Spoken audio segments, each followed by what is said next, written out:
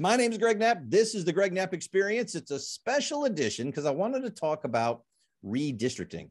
You know, when we do the census, we do these districts again, and it gets a little bit wonky. A lot of accusations about gerrymandering, and sometimes it goes to the courts, and sometimes there are racial accusations in here and all kinds of craziness.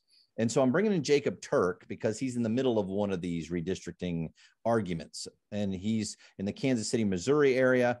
I used to live there, met him a long time ago, great guy. He has run for Congress 6 times against the incumbent Democrat, Emanuel Cleaver, a couple times almost beat him, in a very difficult district for a Republican to win, by the way.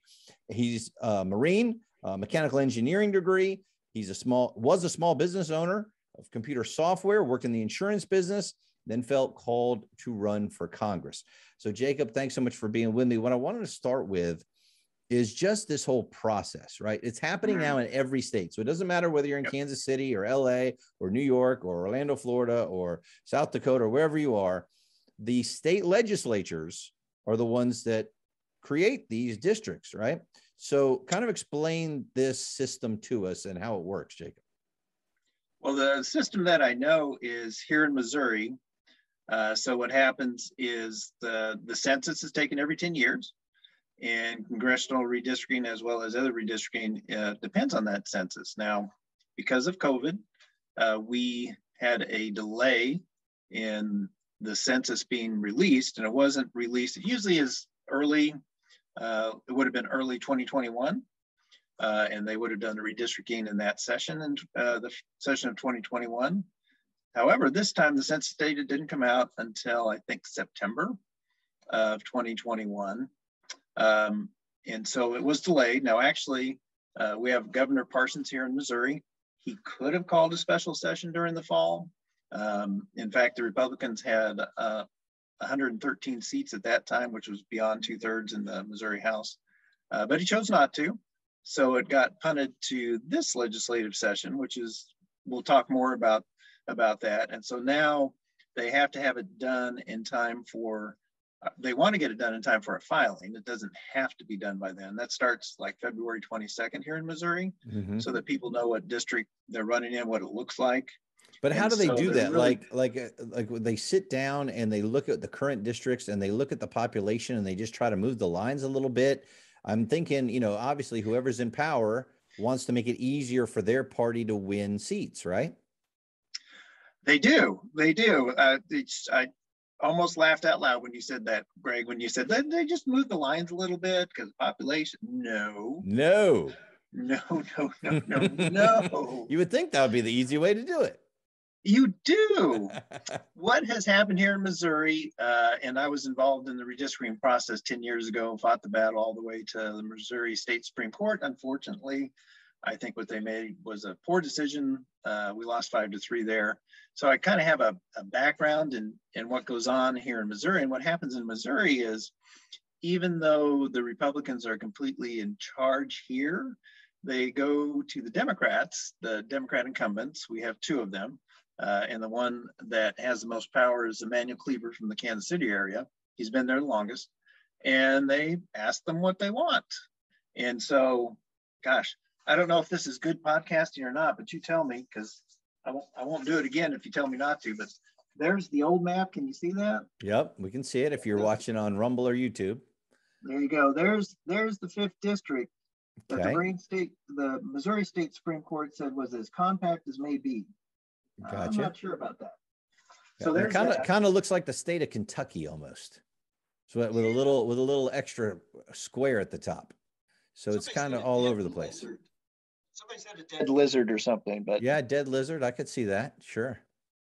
So let me ask you, why would the Republicans go to the Democrats and ask them how they want that district? Because the way I've seen it across America, and the reason the districts change a bunch, right, is if you're the Democrats, you're going to draw it the way that most Democrats win. And then if the Republicans ever take over in 10 years and they redraw it again, the Republicans are going to want to redraw it so that they have a better chance of winning the seats, right? I mean, that's the way I always thought it went. And generally that is the way it goes. I can't answer all the whys. We've tried to figure out the whys, why it was done 10 years ago. From the outside, you can look, and say, well, 10 years ago, you can kind of understand we had a Democrat governor.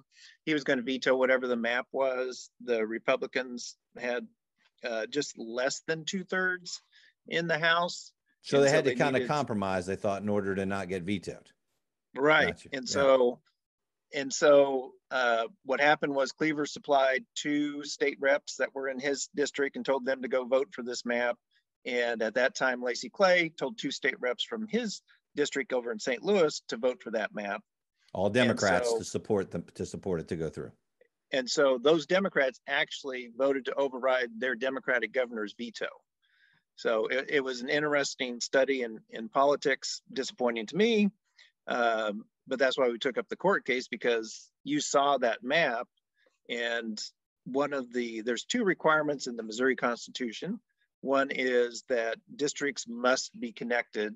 Every precinct within the district must be connected. So that's called contiguous. Mm-hmm. And then the other one is that it's supposed to be as compact as may be. What does compact as may be mean? There's really no definition for that one. Right. That's very interesting. Okay. So now, though, Republicans total in charge. Totally. And now they're still kind of bending over backwards to make this Democrat Emmanuel Cleaver happy. Is that true? Yes. So this is what they've proposed for the 5th. Wow, that is a big change. But a lot of the, because it used to do here and here and here. Right. It used to go further out east, further north. But it's still now the main part of it is all the urban core of Kansas City that is heavily Democratic, correct? Yes. And then it follows, I think it's I-29 that starts following I-29 north of the river, which is a heavily Democrat area. So essentially what they're doing is they're taking from a district where I put a scare in them as just a everyday guy running for Congress to, let's see, it will take it to over 60% Democrat and 36% Republican, which is as strong as the Republican districts are on the opposite side. Right. Is that, have you talked to anybody that has been honest with you and said, look, Jacob, we understand that we have created a district that's probably going to be Democratic for the next 10 years. However, we've got all these other contiguous districts around it that are going to be Republican. So we're coming out ahead. So sorry for you, but this is for the state of Missouri, and we're going to have more Republicans. Is that their reasoning, or what's going on? Boy, you could be a Republican legislator. That's pretty good. That is what I wouldn't term it a reason. It's an excuse, because it's easy enough to draw a district, and I won't keep showing maps. I'll show one a little bit later. I've drawn a couple that meet all the requirements of what is required under the Missouri Constitution, also under the U.S. Constitution. And it makes the 5th a 50-50 district. There's some conservative Republicans in the Missouri Senate that have produced a map that actually makes it a Republican district. It not real strong Republican, but makes a Republican district, and theirs looks like it checks all the boxes that you need to check, so the courts don't overturn it. So it's possible to draw a map that will give us basically either 7-1, 7 Republicans, 1 Democrat, or 6 Republicans, 1 Democrat, and a toss-up district, which would be something unique in Missouri that they haven't had for a while. So why they're doing this, I can't answer. The question of really why they're doing it, the excuse is they need Democrat help to get this passed.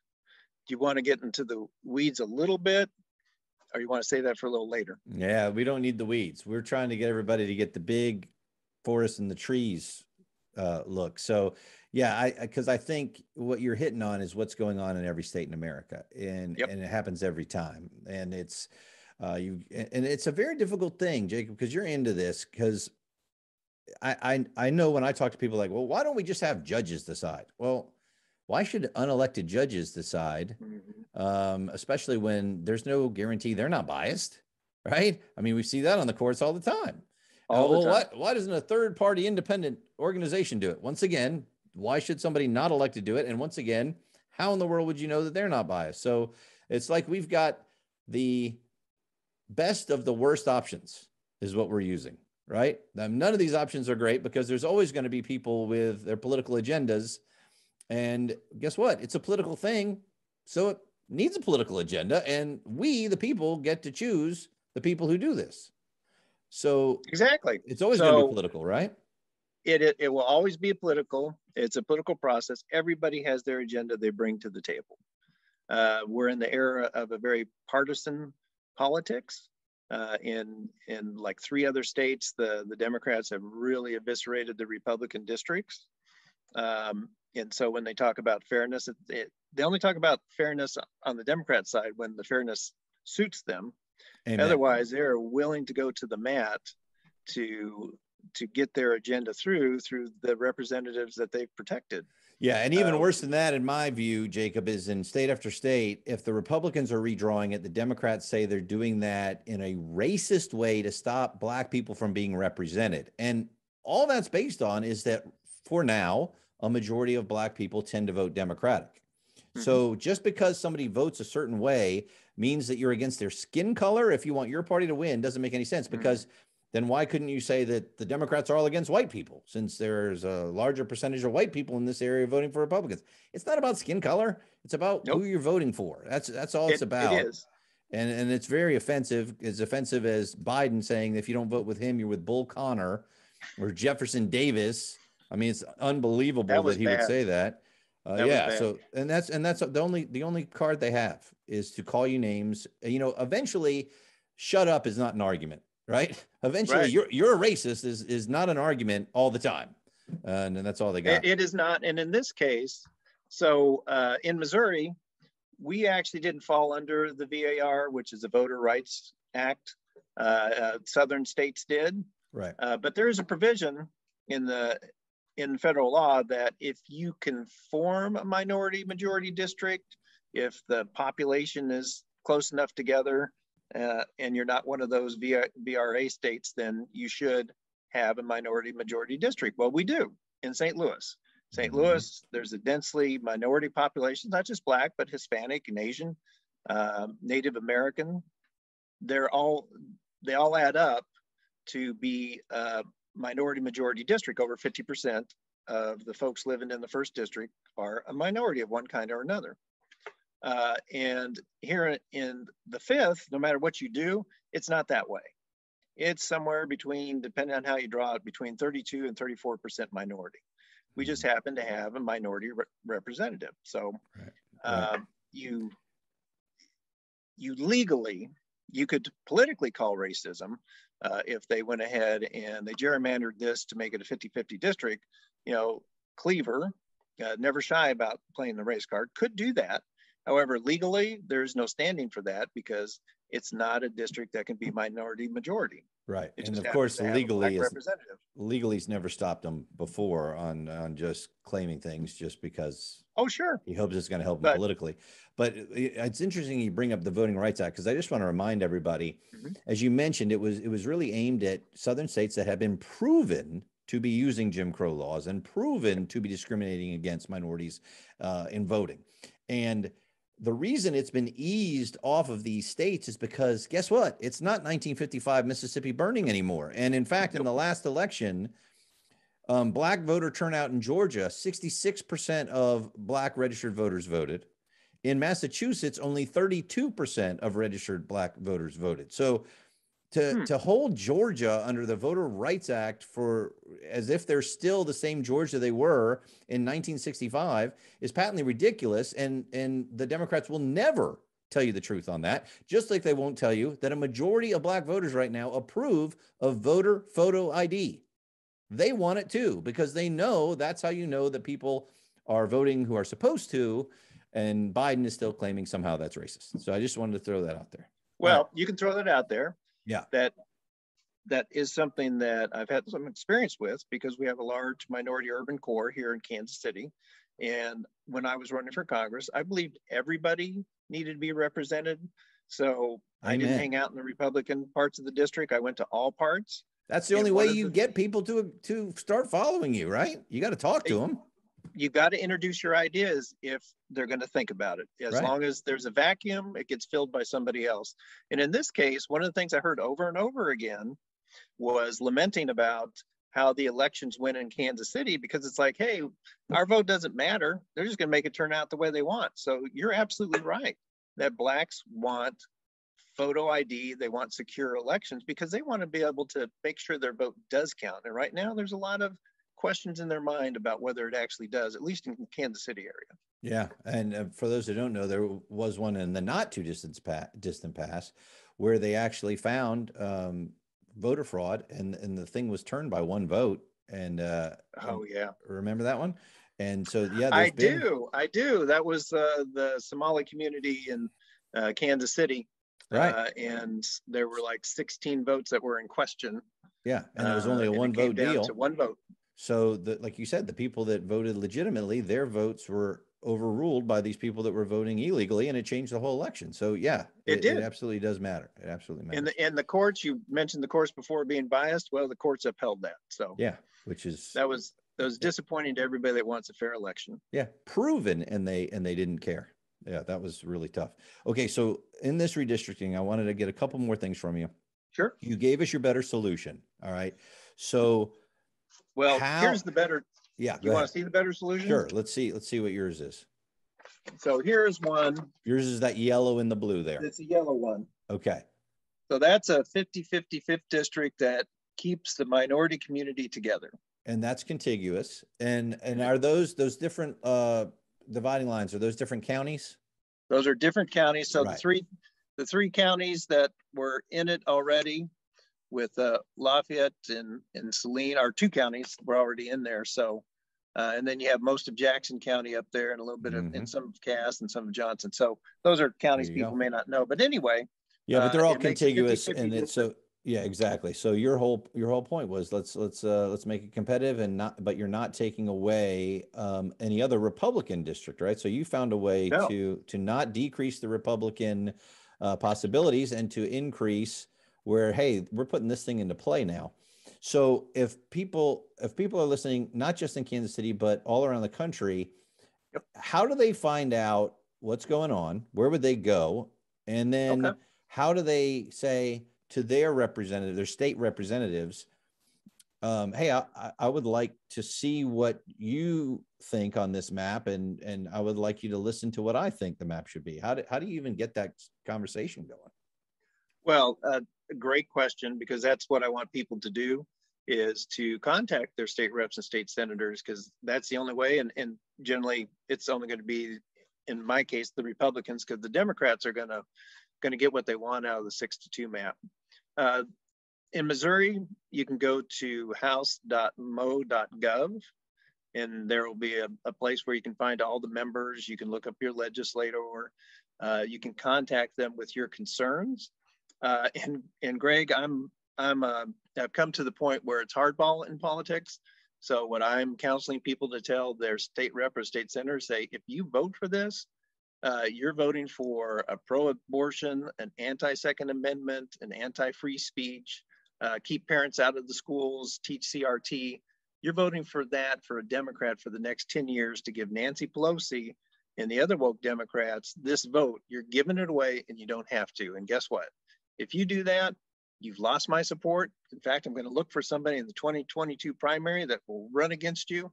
And I'm going to make sure every Republican in that district knows that you sold us out. So yeah, that's the kind of stuff you got to, that's the only way you get attention, right? That's the only way you get somebody to pay attention to you. I mean, you certainly could start, maybe if you've never talked to them before, start off a little bit, hey, I'm just wondering what you think about this. What are your, and then you get into, well, wait a second. But yeah, at some point you got to lay down the hammer so that they actually pay attention. And I'll tell you, from all the politicians I've talked to in my 21 years of radio, I'll talk to them off the air and I'm like, listen, man, if I email you and I'm just an average dude, do you pay attention to that?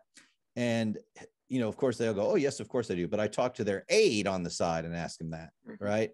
And they go, here's what they do, Greg. They ask me how many for and how many against.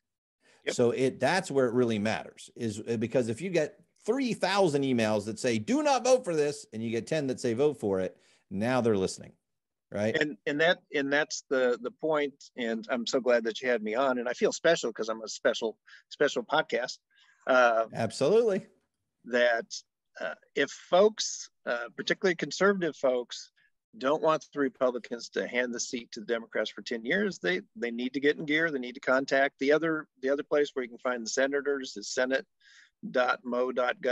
and all the contact information's there. And your message should be, yes, you can be nice like Greg in the beginning and just say, hey, what are you doing on this?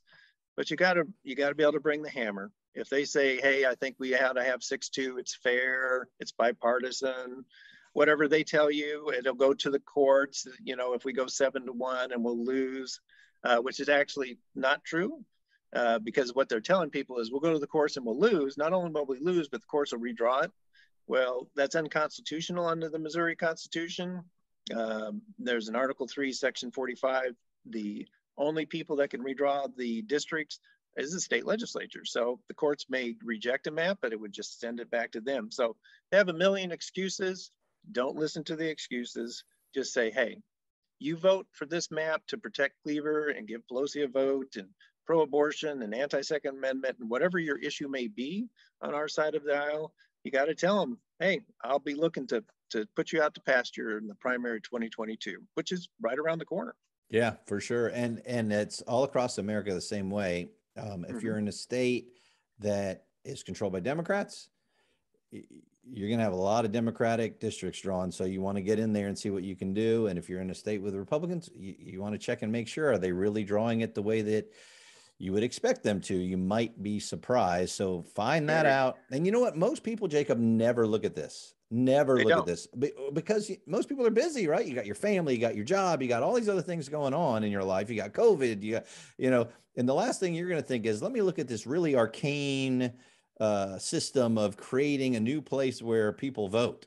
I mean, and like you said, that looks like a dead lizard. I mean, it's not something the average person does, which gives us an advantage if you're listening to this, because you're going to be one of the few who do. And if you get excited about it and get educated on it and tell about 20 friends, you might change it, because there aren't that many people talking about it. That's so true. And you're right to tell people across the country to get involved, because some states is finished, but just like 10 years ago, we found a pro bono lawyer who was willing to take the case, and we took it all the way to the Missouri State Supreme Court, even though the lower courts ruled against us. And the Missouri State Supreme Court said, hey, you know what, you need to actually look at this. And then it went back up to them. They lost that, but it did get a lot of attention. So even if the map in your state is done, you can look at it. And if you feel strongly enough about it, you can start looking around for friends and stuff and file a lawsuit against it. There are states that are still going on, like Missouri, and this would be the time for you to directly contact your legislators and let them know what you want them to do. What's the drop dead deadline for Missouri? When are they going to put this thing in? Well, they are trying to get this done within the next week or two. So time is short for us. So if you're listening to Missouri, pick up that phone or send an email and make sure that your state rep or state senator is on the right side of this. We first have to stop the 6-2 map. That's going to the Senate. It's already gone through the House. Interestingly enough, they were trying to pass what's called the emergency clause, which requires 2/3, because they wanted the map to go into use for the next primary election, which if it's passed by less than that, then it has to wait till August 28th, which is after the primary, which, there people are, well, what do you do then? Well, Secretary of State would figure that out according to the new map, even though it's not by law the one that is forced to be used. But because then you'd have somebody elected in one district for the primary, and then it changes for the general, which would kind of mess things up, right? Boy, you're much better at this than I am, Greg. The point is primary elections are a selection process. They're actually not for office. And so the Secretary of State has latitude that he could say, okay, you know what, since this is a selection process for the parties to pick their candidates, we're going to run it by this map that the legislature actually passed. And we're going to do it that way, so that come November, it will be according to those districts. So that's another really, that's another thing that I think a lot of people don't know. Probably people listening to us right now do, because they're fairly educated on this whole thing, but I remember the first time I explained it to my wife, she's like, but wait a second, we elected that person in the primary. I said, well, yeah, well, what we really did was just say, this is the person for this party that we're going to put up for election. And that's why in many states, you're not allowed to vote for somebody in a different party in the primary, because the whole point is the parties get to run those. That's not really an open election unless you want to make it that way by the party, right? The actual election is the real thing, the general election. The primaries are just parties picking who they like. And that gets a little squiffly on people. Well, again, great explanation. You asked when the drop dead, actually, no matter what your state legislator will tell you, is actually the end of the regular session. And then, then the Secretary of State would have to run the selection process, how he chose to. And I believe that we have a very conservative Secretary of State. I know we have a very conservative Secretary of State, and he would just run it by the new maps because he has the latitude to do that. Right. And so it wouldn't be the chaos that your state legislature is trying to tell you it would be. They're trying to tell you that they have to have it to the governor by March 28th, and they need to have this emergency clause, which is the reason that they claim they have to work with the Democrats, because they are one vote short of being able to do it all by themselves. Gotcha. And guess what? We have 6 seats in the legislature that are empty right now, all very Republican seats. And starting 8 months ago, we lost one guy here in Lee Summit. I haven't had a representative for 8 months. And sadly, Governor Parsons has not called a special election. And then we lost another one, unfortunately, tragically died in October. They haven't called a special election for that. And then to finish it off, two other legislators just at the beginning of this session, Republicans suddenly decided that they would take other jobs. Good for them. And then Parsons hired 2 other legislators, Republicans, into his administrations at the start of this.